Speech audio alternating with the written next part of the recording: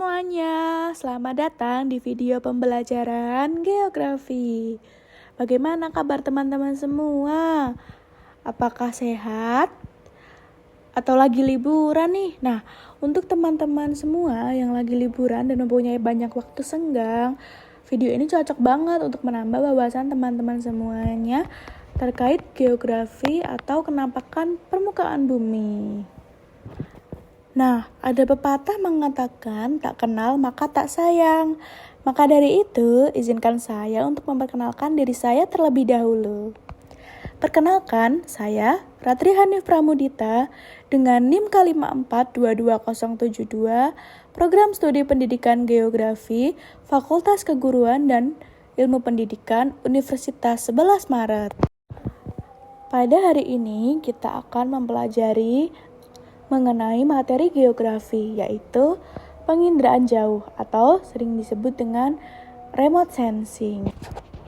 Baik, untuk pertama-tama sebelum kita memasuki materi pembelajaran yaitu mengenai penginderaan jauh, terdapat beberapa tujuan pembelajaran yang akan kita capai pada materi hari ini. Untuk yang pertama yaitu peserta didik dapat menjelaskan mengenai konsep penginderaan jauh dan fungsinya dalam mengamati kenampakan permukaan bumi. Kemudian, peserta didik dapat mengidentifikasi komponen sistem penginderaan jauh dan jenis-jenis resolusinya. Kemudian yang ketiga, peserta didik dapat mengaplikasikan penggunaan citra satelit untuk mengidentifikasi objek tertentu berdasarkan unsur-unsur interpretasi citra. Dan yang terakhir yaitu peserta didik dapat menyajikan hasil analisis citra dalam bentuk laporan, PowerPoint, grafik maupun peta tematik digital. Pengertian penginderaan jauh. Penginderaan jauh adalah suatu ilmu, seni, dan teknik untuk memperoleh informasi tentang objek, area, dan gejala dengan menggunakan alat tanpa kontak langsung dengan objek, area, maupun gejala tersebut. Pengertian ini dikemukakan oleh ahli yaitu Wilson dan Buffo.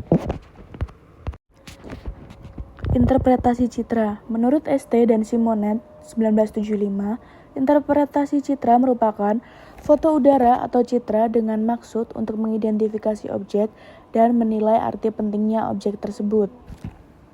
Pada penginderaan jauh terdapat beberapa unsur interpretasi citra, di antaranya yang pertama yaitu adalah rona. Rona adalah tingkat kecerahan atau kegelapan suatu objek yang terdapat pada citra.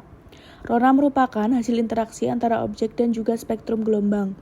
Pada citra tersebut terdapat 3 objek. Untuk yang objek pertama yaitu jalan tanah, digambarkan dengan kotak warna merah.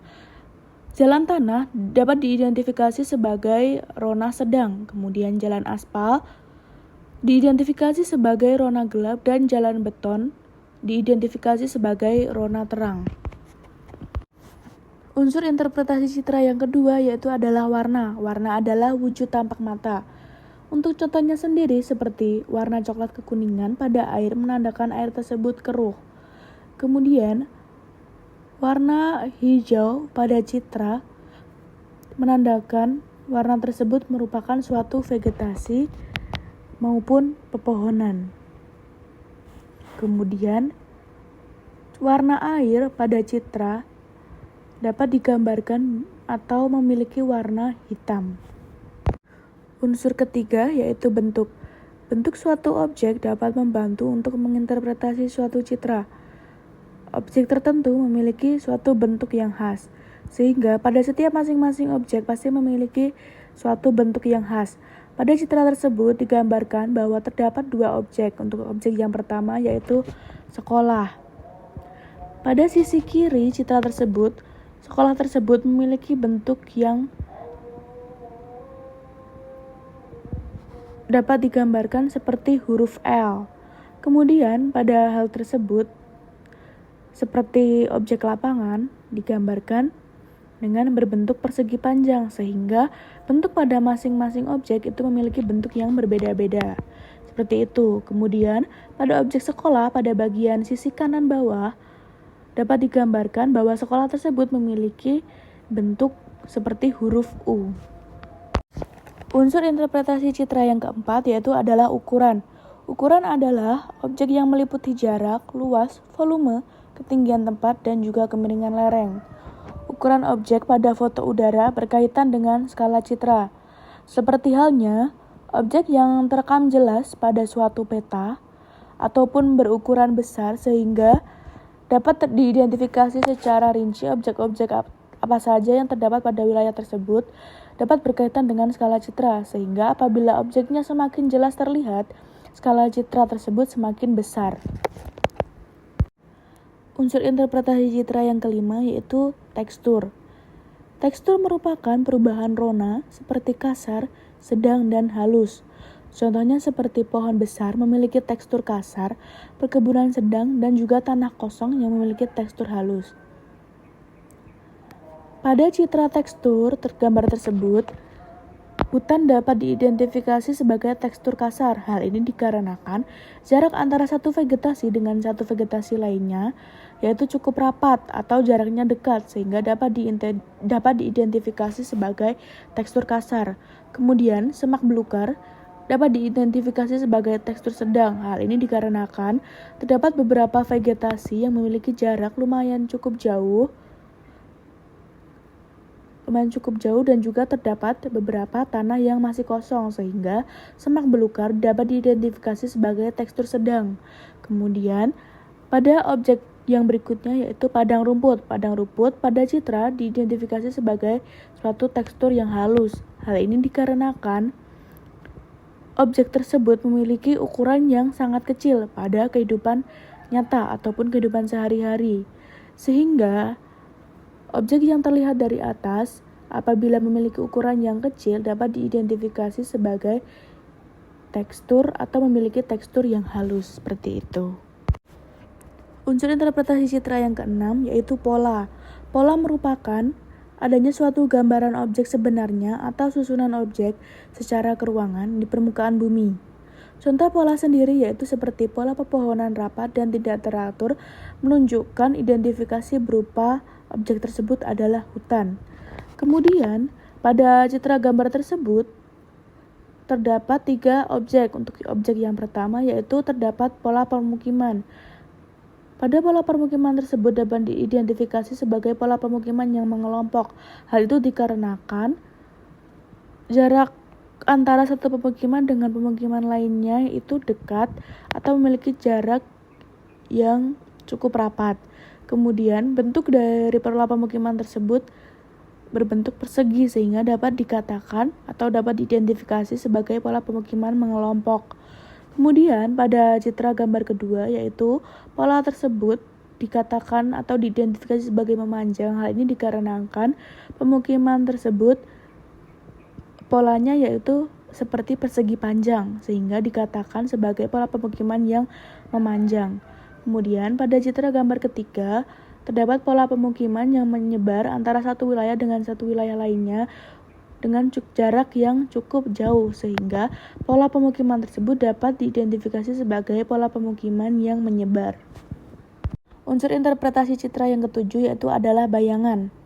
Pada bayangan terdapat objek dan waktu pemotretan yang dapat menjelaskan arah mata angin foto udara.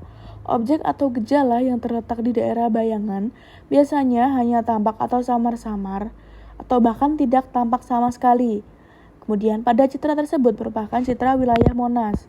Pada citra tersebut, bayangan dari Monas sendiri itu condong pada arah timur, sehingga pada citra tersebut dapat diidentifikasi bahwa waktu pemotretan citra tersebut adalah sore hari, seperti itu. Unsur yang kedelapan yaitu situs. Situs adalah tempat kedudukan suatu objek dengan objek lain di sekitarnya. Contohnya seperti pola pemukiman yang memanjang sejajar dengan jalan.